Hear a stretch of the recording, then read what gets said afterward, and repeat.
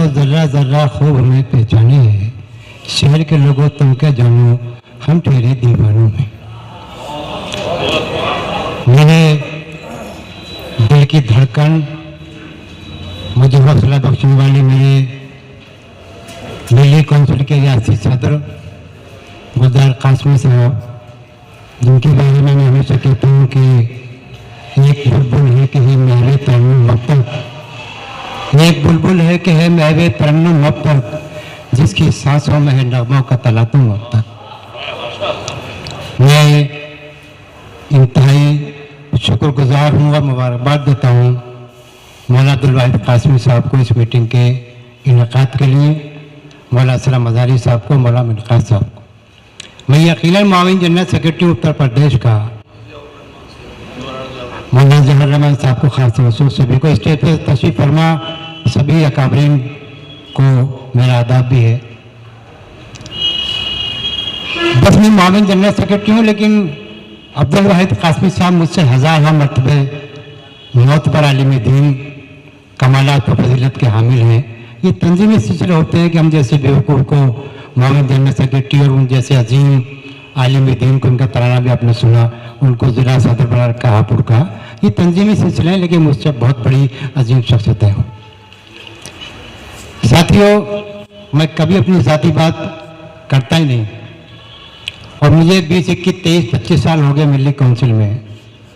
मेरा दिल चाह रहा था कि आपसे कुछ बातें कर ली जाए। मैं ना ज़ाती बात करता हूँ कभी, ना घर की बात करता हूँ, लेकिन एक जिम्मेदारी गुलजार साहब ने सुपुर्द की है कि उत्तर प्रदेश के सियासी अमूर की कमेटी की बुलंदशहर में मीटिंग हो। उसमें लखनऊ के लोग भी हैं, गोरखपुर के लोग भी हैं, 19 को मीटिंग है। मैं अपने जनरल सेक्रेटरी हारून किरमानी साहब के साथ कल अपने सरपरस्त के गया मशवरा करने, तो किरमानी साहब ने कहा चाय पीते हैं। मैंने कहा चलो मैं अपनी बहन के यहाँ के आता हूँ, आप चलिए। ये बड़े बेफिक्र हुए कि उन्होंने क्या पता नहीं कहाँ गायब हो गए। उन्होंने कहा कि आप कहाँ हो? मैंने कहा भाई मैं बहन के यहाँ गया, तबीयत ज़्यादा ख़राब हुई, गुलावटी गए, वहाँ से दिल्ली गए, वहाँ से एक अस्पताल में दिखाया, रात को वापस आए तो पीछे पीछे गाड़ियों में मेरे दामाद और मेरी दोनों बेटी अलीगढ़ से दिल्ली से नाजिल हो गई। मुझे बड़ा दिक्कत हुई। सुबह को उन्होंने फ़ोन किया, भाई चलोगे? मैंने कहा हिम्मत नहीं पड़ रही जाने की, लेकिन मैंने सोचा कि बीमार है बहन तो क्या हुआ, ये मिल्लत भी तो बीमार है, इसके इलाज के लिए भी तो चलना है। तो मैं 2-3 गुजारिश आपसे करना चाहता हूँ। एक तो ये कि मैंने कहा कि मैं इकबाल को शेर पर अमल करता हूँ कि इकबाल बड़ा उपदेशक है, मन बातों में मोह लेता है, गुफ्तार का गाजी बन तो गया, किरदार का गाजी बन न सका।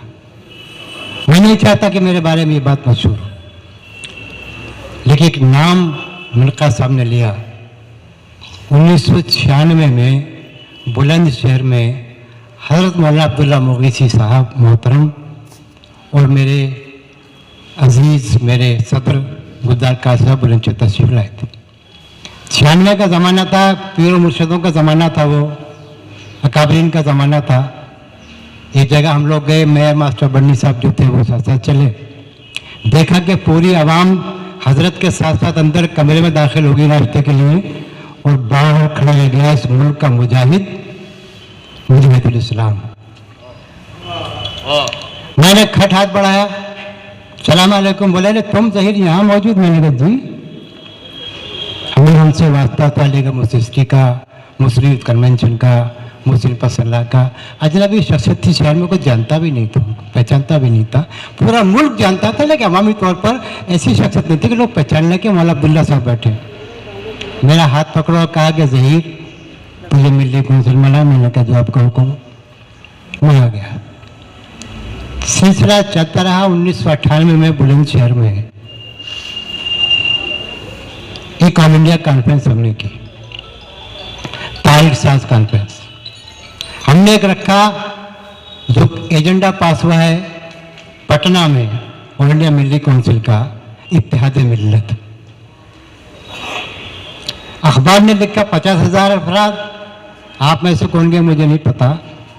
बहुत शानदार कामयाब, इब्राहिम सुलेमान सेठ, मुज़ा इस्लाम कासमी साहब, मीर अफसर साहब, जफरियाब जिलानी साहब ने, यानी कितने कद्दावर शख्सियतें आई। मैं कहना क्या चाह रहा हूँ, मैं ये बात कहना चाह रहा हूँ कि हापुड़ की ज़िला मिली काउंसिल की मीटिंग है, इसमें हमें अगराज़ व मकासद से वाकिफ़ होना है, जानना है कि मिली काउंसिल का पैगाम क्या है और उस पैगाम को आवाम तक पहुँचाना है। हम जब तक ये नहीं करेंगे कुछ नहीं होने वाला। तो इत्तेहाद मिल्लत कॉन्फ्रेंस हुई बुलंदशहर में, मैं जुमला दे रहा हूँ आपको सिर्फ कि मैंने वहाँ बुलंदशहर में अर्श पर भी देखा है मिली काउंसिल को और फर्श पर भी देखा है। टूटते टूटते साथी, छूटते छूटते साथी, तन्हाई की जिंदगी गुजारते गुजारते मिली काउंसिल के परचम को कभी छोड़ा नहीं और राष्ट्रीय छात्र सदर के दामन को कभी छोड़ा नहीं। हमने अर्श पर भी देखा, मिली काउंसिल को फर्श पर भी देखा है। आपसे दिल का दर्द बयान करने आए। दर्द ये है कि हम में से हर फर्द जब तक यहाँ से ये तैयार करके नहीं जाएगा कि मैं मिली काउंसिल के पैगाम के 5 लोगों को दावत देकर उनका अपना बनाऊंगा, मिली काउंसिल चल नहीं सकती। 5 अफराद कम से कम आज के बाद हम मिली काउंसिल से जुड़ें। आज ये 100 लोग हैं, कल 500 लोग होंगे, 1000 लोग होंगे, तो मिली काउंसिल की धमक होगी, मिली काउंसिल की आवाज़ होगी। रामलीला ग्राउंड आपने भरा, ताल कटोरा आपने भरा, क्या क्या ना आपने भरा। एक भाग थी मिली काउंसिल की कि अज़्म इस्तक़लाल की एक तंजीम है जो हक़ और इंसाफ की लंबरदार बनकर उभरी है, जिसका तरह ने अपना जिक्र सुना, कहाँ खो गई। बड़े शौक से सुनना था ज़माना, हम ही सो गए दास्ता कहते कहते। कहाँ गई वो धमक, कहाँ गए वो चमक। आज इसीलिए आए हैं नोएडा से बुलंदशहर, हापुड़ पे बुलंदशहर में चलेंगे कि मिली काउंसिल की धमक को वापस कर दो। इस मुल्क का निज़ाम भी तब्दील होगा, ये मुल्क भी खुशहाल होगा, इसके अलावा कोई रास्ता नहीं। मैं कहना चाहता हूँ कि फिजूल समझकर जिसे बुझा दिया तुमने, वही चिराग जलेगा तो रोशनी होगी। मिली काउंसिल जब तक मैदान में नहीं आएगी, इस मुल्क के हालात बदलने वाले नहीं। हर तंजीम खाइफ है, हर तंजीम डरी हुई है, हर तंजीम सहमी हुई है, लेकिन मिली काउंसिल के दीवाने तो कभी सहमे और डरे नहीं। फिर मुल्क के हालात ऐसे नाजुक मोड़ पर क्यों पहुंच गए। मैं आपसे अपील करने आया हूँ और दिल की धड़कन से अपील करने आया हूँ कि नंबर 1 अपने हमनामा बनाइए, मिली काउंसिल को गांव गांव शहर शहर कस्बे कस्बे पहुँचाइए, ताकि आपकी इज्जत और आबरू और इस मुल्क की इज्जत और आबरू बच सके। इसके अलावा कोई चारा। दूसरी गुजारिश माफी के साथ, वक्त लेने की हिम्मत जुटाइए। मुझे किसकी क्या क्या मजबूरियाँ हैं, मुझे किसकी क्या क्या ज़रूरत है। वक्त 10 बजे का मीटिंग 12 बजे शुरू होगी। जरा सा मिली काउंसिल के दीवानों, जिम्मेदारों, इस नजरिए को ही बदल लो, ये तंजीम के हक में है। और तीसरी गुजारिश करके बात खत्म करना चाहूँगा, आवाम में जब तक आप नहीं जाएंगे, आपकी आवाज़ में ताकत पैदा नहीं हो। न जाने हम क्यों आवाम से डरे हुए हैं, न जाने क्यों आवाम में हम जाना ही नहीं चाहते। हम ज़िले की मीटिंग करेंगे, हम यूपी की मीटिंग करेंगे, हम अजला की मीटिंग करेंगे, आवाम से हमारा कोई रास्ता नहीं। जब तक आवाम बुनियादी रूट्स पर आप नहीं जाएंगे।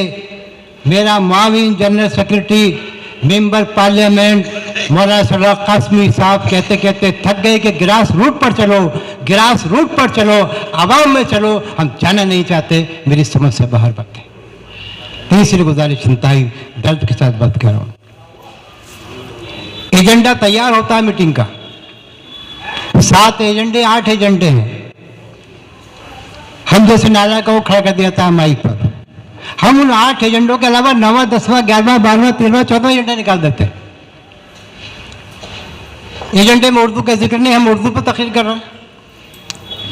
एजेंडे में जिक्र नहीं है कि इंटर कॉलेज काम करो, हम इंटर कॉलेज पर तकरीर कर रहे हैं। एजेंडे में जिक्र नहीं है कि संविधान बचाओ, हम संविधान बचाने की बात कर रहे हैं। एजेंडे में जिक्र नहीं कि स्कॉलरशिप बच्चों को कैसे मिला, उस पर 2 घंटे जाया कर रहे हैं। तंजीमी मीटिंग है, हवाई मीडिया से नहीं है।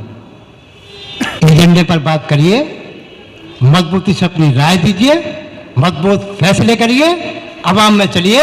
आप सच्चे लोग हैं, आप अच्छे लोग हैं, आवाम का जमना फिर आपके साथ होगा। आप निकलिए किसी मैदान में। किस नाजुक मोड़ पर मुल्क पहुंच गया है, किन हालात में हम जी रहे हैं। रोज खबरें पढ़ते हैं, आप इनकलाब अखबार तो रोज ही पढ़ते होंगे यहाँ लोग। गुरुग्राम में नमाज नहीं होगी आवामी जगहों पर, हम नहीं होने देंगे। अजान हम नहीं होने देंगे। तेज आवाज में गाना हम नहीं होने देंगे, नमाज हम नहीं पढ़ने देंगे, जुमा हम नहीं होने देंगे, और मॉब लंचिंग में हम आपको मार भी डालेंगे, कोई नहीं बोले। बहुत नाजुक हालात हैं, डरे डरे से मत रहिए, वरना में जिम्मेदार बैठे बात कह के जा रहा हूं अपनी। अगर आप भी आपने हालात का रुख नहीं पलटा और नाजुक मोड़ पर मजबूत फैसले नहीं किए, जो इनकलाबी फैसले होने चाहिए, जो फना होने के फैसले होने चाहिए, जो मर मिटने के होने चाहिए, आने वाली नस्लें आपको माफ नहीं करेंगे। लिख लेना मेरी बात। कि कहां छोड़ के गए थे तो हमें कुछ बताते भी जाते हमें। आज कहां कहां किस किस पैगाम पर मैं बातें नहीं करना चाहता था, मेरा दिल बड़ा दुखी है। हैदराबाद का एक शख्स आया, जज्बाती बातें कही, माफ कीजिएगा मुझे, मैं ये बातें करता नहीं हूं। तंजीमी मीटिंग है, मैं माउन जनरल सेक्रेटरी हूं। अफसोस ये है कि जनरल सेक्रेटरी मीटिंग में नहीं आता, माउन जनरल सेक्रेटरी को झेलना सब। तंजीमें चलेंगी कैसे? सरफरोश लोगों की जरूरत है, फना होने वाले लोगों की जरूरत है, वक्त की कुर्बानी देने वाले लोगों की जरूरत है, उन लोगों की जरूरत तंजीम के अंदर जो अपना माल, अपना वक्त, अपना असासा सर्फ कर सकें। तमाशों की जरूरत नहीं है। बहुत थक गए हम भी, 96 से और 2021 आ गया। इस ख्वाब को देखते देखते कि नौजवान निकल के आए मैदान में कि टेंट कहाँ लगेगा, चामियाना कहाँ लगेगा, फर्श कहाँ बिछेगा, मेहमानों का इस्तकबाल कैसे होगा। थक गए। कोई आया नौजवान नजर? बुजुर्ग हाँ, बुजुर्गों की जरूरत है सरपरस्ती के लिए, दुआओं के लिए, मैदान वाले नौजवानों के लिए। पता नहीं क्या क्या कह गया। मैं गुजारिश ये करना हूँ अल्लाह के वास्ते, खुदा के वास्ते, ये पहली मीटिंग है पटना की ऑल इंडिया मिल्ली काउंसिल की कॉन्फ्रेंस के बाद। एक नया मुल्क, एक नया समाज, एक नई सोसाइटी, एक नई तंजीम। हम निकलते हैं सड़कों पर तो नई हवा है और नई सपा है। अरे आप कहाँ खो रहे हो यार? नई हवा है, नई मिल्ली काउंसिल है। आओ मैदान में, चला सही कुछ चीजें। अब हम तो मुंतजिर हैं, अब हम तो प्यासे हैं, अब हम तो तिश्रा को पैगाम तो दीजिए, लेकिन दे क्या पैगाम?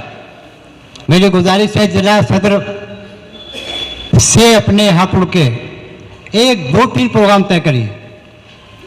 एजेंडा लंबा हो सकता है, बातें लंबी हो सकती हैं, टू द पॉइंट बात करिए। कौमी यकजहती पर काम करिए। नंबर 1 मेरी जाती राय है, लेकिन जाती भी नहीं है, माउन जनरल सेक्रेटरी। कौमी यकजहती पर काम कीजिए, गैर मुस्लिमों से राब्ते बढ़ाइए, तब टक्कर दी जाएगी संघ परिवार को। आप भारत परिवार के लोग, संघ परिवार की साजिशों को नाकाम करना है तो भारत परिवार बनाना होगा, और भारत परिवार जब बनेगा जब हम गैर मुस्लिमों से अच्छे राब्ते रखेंगे, उनको हम साथ शामिल करेंगे। दूसरा पॉइंट, सियासी बेदारी जो इसमें है तय हुआ है। सियासी बेदारी, किसी पार्टी की हिमायत मत करिए मिल्ली काउंसिल के नाम पर। मुझे माफ कीजिएगा, मैं बहुत जिम्मेदारी से कुछ बातें कहना चाहता हूं। किसी पार्टी के पिछले कौन बनिए, हिमायत मत कीजिए। साफ साफ पैगाम दीजिए कि कोई भी पार्टी का कोई भी उम्मीदवार जो भारतीय जनता पार्टी के कैंडिडेट की को हरा रहा हो उसको वोट करें। सीधा पैगाम दीजिए। कोई इसमें टाल मटोल मत करिए कि ये मेरा कि ये अपना कि ये पराया कि किसका किसका। हम तो किसी पार्टी को हो सकते हैं और हैं किसी पार्टी, हमारी ठोकर है हमारी पार्टी। हमारे जनरल सेक्रेटरी के साहब बैठे हैं, बहुत बड़ा जलसा हुआ, बहुत बड़ा कायदत है लोक दल के। हमने कहा कि हम पहले मिल्लत के हैं, बाद में सियासत के हैं। हम नहीं चाहते कि हमारी इस उम्र में आकर के मिल्लत के अरमानों के खून की छींटे हमारे दामन पर हों कि हम फला के साथी थे। क्या कौन किसका साथी? साथ में कोई साथी होता है? तो नंबर 1 कौमी यकजहती पर काम करिए। नंबर 2 सियासी बेदारी ला करके फ़िरक़ापरस्त ताकतों को शिकस्त देने की हिकमत अमली इख्तियार कीजिए। और नंबर 3 इत्तेहाद मिल्लत पर काम करिए। हम करते क्या हैं कि हम 15-20 चीज़ें बता देते हैं आपको, आप भी सोचते हैं कौन से करें कौन से न करें, घर जाकर सोच लल्ला कर चल बढ़िया कोरमा बिरयानी मिल गई। कुछ चीज़ें तय करिए। यूपी वर्किंग कमेटी की तरफ से सर्कुलर जाना चाहिए तंजीमों को, अजला को, कि आपको ये काम करने हैं। और फिर 15 दिन के बाद उनसे रिपोर्ट मांगिए कि आपने क्या किया, तब मजा आएगा, तब मिली कौंसिल चलेगी। मैंने कुछ तल्ख बातें, कुछ नरम बातें कुछ कहीं, बुलंदशहर का प्रोग्राम भी है। मैं फिर आपसे गुजारिश कर रहा हूँ कि तंजीमें इस मुल्क में हैं, तहरीकें इस मुल्क में हैं, अफराद इस मुल्क में हैं, कायदे इस मुल्क में हैं, लेकिन जो वतीरा और जो तरीक़ा मिली कौंसिल का है वो किसी के पास नहीं। हम ये चीज़ चैलेंज से करें और दावे से करें। तो खुदारा इस मुल्क के हालात को बदलने के लिए बहरहाल आपको मिली कौंसिल के झंडे के तले आना होगा। झंडा तो कभी लगता ही नहीं हमारे किसी काम पे, झंडा है हमारा। हम झंडे उठाए फिर रहे हैं इसलिए कि हमारे हाथ में झंडे दूसरे हैं। हमारे हाथ में झंडा सपा का, अरुण भाई, लोकदल का, कांग्रेस का, जनता दल का, फला का, मिली कौंसिल का झंडा है हमारे हाथ में नहीं। अच्छा, जमीयत उलमा का भी, लेकिन मैं कहीं का दिखा नहीं जाता वो। अपना झंडा, ये तो कायदीन कह रहे हैं, अपना डंडा, तो अपनी मिली कौंसिल, अपना झंडा।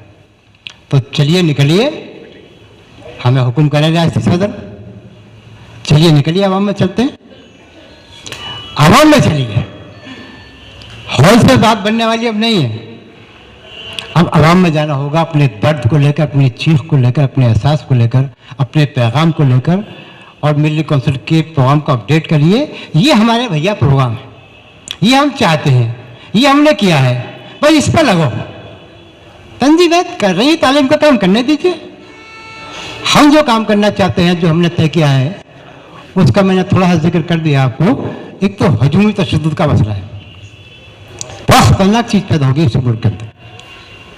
काश हम ये कोशिश कर लें कि कोई गांव, कोई फर्द हमें ऐसा मिल जाए जो गैर मुस्लिम हो और फिर कहे कि हजूमी तशद्दुद करने वालों मेरी बात सुनो, मैं फला पार्टी का आदमी हूँ, सुना नहीं किसी दाड़े वाले को, मैंने तुम्हारा जीना हराम कर दूंगा।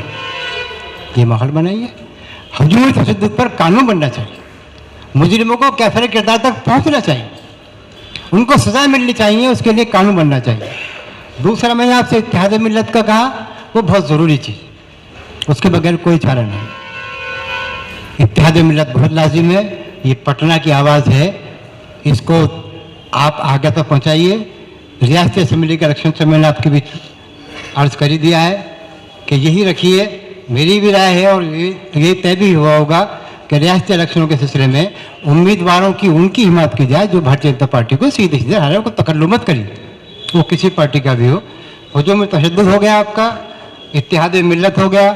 मैं समझता हूँ कि आज मुझे माफ़ कर देंगे गुलजार साहब भी और आप भी, थोड़ा सा मुझे निकलना भी है, लेकिन किरमानी साहब को मैं, चूँकि मैं मुआविन जनरल सेक्रेटरी हूँ और वो मेरे सबॉर्डिनेट हैं, ज़िले के जनरल सेक्रेटरी हैं, मैं उनको ये हुक्म दे के जाता हूँ कि मेरे बाद आपको बोलना भी है और बुलंदशहर की मीटिंग का जिक्र भी करना है और खाना भी खाना है, ताकि मेरे महबूब तरीन लीडरों को और मेरे दिल की धड़कनों को और मेरे अजीज़ों को, मेरे जैसे मिली कौंसिल के लिए अजीज़ है, मेरे लिए भी अजीज़ है, सब जो स्टेज पर बैठे हैं, इनको शिकायत ना हो कि जहीर में आज कहाँ चले गए।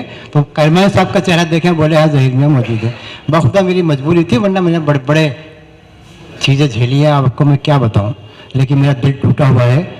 जिस मिली कौंसिल का ख्वाब मैंने देखा था, जिस मिली कौंसिल का ख्वाब मैंने अपनी आंखों में सजाया था और जिस इनकलाबी पैगाम की तरफ हम जाना चाहते थे, वहाँ से हम थोड़ा सुस्त हुए हैं, भटके हैं। खुदा के लिए आपसे दामन फैलाकर इस बात की भीख मांगता हूँ कि आप अपना ताउन अपनी सरपरस्ती मिली कौंसिल को देख लीजिए। इंशाअल्लाह ताला और कुछ दिन ये दस्तूर महखाना है, तिफना कामी के दिन गुजर जाएंगे। मेरे साखी को नज़र उठाने पर दो, जितने खाली है सब जाम भर जाएंगे। और नौजवानों से कह के जाता हूँ कि ए जवाना ने वतन, रूह जमा है तो उठो, आँख इस महशर नौ की निगराह है तो उठो, उठो नक्कारा अफलाक बजा दो उठकर, इस सोए हुए आलम को जगा दो उठकर। आओ हम बूढ़ों के साथ पीछे पीछे आओ, मिली कौंसिल का परचम लेके हालात बदलेंगे, तुम्हारे चेहरों पर मुस्कुराहट आएंगी, तुम्हारे आज़म और हौसले को ताकत मिलेगी और ये मुल्क फिर वहीं चला जाएगा जहाँ हमारे बुजुर्गों ने इसको जन्नत निशान बनाया था। तो हम ये चाहते हैं कि मिली कौंसिल का पैगाम आवाम में जाना चाहिए, मैं जिस बात पर तवज्जो दे रहा हूँ कि मिली कौंसिल के पैगाम आवाम तक कब पहुँचेगा, जब आप अपने कस्बे में, अपने शहर में, अपने ज़िले, अपने गांव में जलसा करेंगे और हमारे रियासती सदर को बुलाएंगे और हम जैसे बेवकूफ़ लोगों को बुलाएं, तब हवा बंधेगी। तो 22 के इलेक्शन से पहले पहले मिली कौंसिल की हवा ऐसी बांध दीजिए कि पार्टियों को लगे कि मिली कौंसिल जिसको पैगाम दे देगी वो हारेगा और जिसको पैगाम दे देगी वो इंशाल्लाह जीतेगा। तो ये ताकत पैदा करने के लिए आप अगर तैयार हो तो ज़रा सा मुझे हौसला मिल जाएगा। मैं चाहता हूं कि कौमी इत्तिहाद यानी हिंदू मुस्लिम यकजहती पर काम हो, मैं चाहता हूं कि इत्तिहाद मिल्लत पर काम हो, और मैं चाहता हूं कि इन चीज़ों पर, और तंजीम को देखिए जब तक मजबूत बनाएंगे तंजीम से काम नहीं चलेगा। वो कौम के जो होती है सिफत सूरत फौलाद, उसके लिए तूफान बला कुछ भी नहीं है। तंजीम के जोहर से अगर कौम है खाली एक रेत के टीले के सिवा कुछ भी नहीं। तो आइए इस बात का अज़्म करें और खामोशी तोड़ें। ज़रा एक बार मुझे हौसला दे दीजिए। मैं मावन जनरल सेक्रेटरी हूँ, मैंने हौसला किया कि सहारनपुर सागरे तक तनहा जाऊँगा, बस में जाऊँगा, अपना खर्चा करके जाऊँगा, लेकिन कुंडी खटखटाऊँगा ज़रूर उन दीवानों के साथ जो मिली कौंसिल से वाबस्ता थे कि तुम कहाँ खो गए और हम कहाँ खड़े और मुल्क कहाँ है। तो आप ज़रा सा है गैर शाइस्ती, लेकिन एक बार हाथ उठा कह दीजिए कि मिली कौंसिल के लिए जो आप पैगाम देना चाहते हैं हम उसके साथ इंशाल्लाह रहेंगे, ताकि मुझे भी हौसला मिले। मैं क्या मैंने कि मैं कभी दिल की बात नहीं कहता, लेकिन मैंने ये बातें खामखा कह डाली। मेरा दिल दुखता है कि जब मैं देखता हूँ बुलंदशहर में मैंने तकरीबन 500 लोगों को मिली कौंसिल जोड़ा, 2 आदमी तरह खड़े हैं आपके सामने, एक का नाम पागल डॉक्टर जहीर है और एक सैयद हारून करमानी। कहाँ खो जाते हैं लोग, कहाँ चले जाते हैं लोग, क्यों चले जाते हैं लोग? हाँ बस आगे तो मैं बस के इंतजार में ही हूँ। मुझे बस से पकड़नी है। बहुत बहुत शुक्रिया, आपने याद दिला दिया। मुझे बस ही पकड़नी है सर, मैं आपने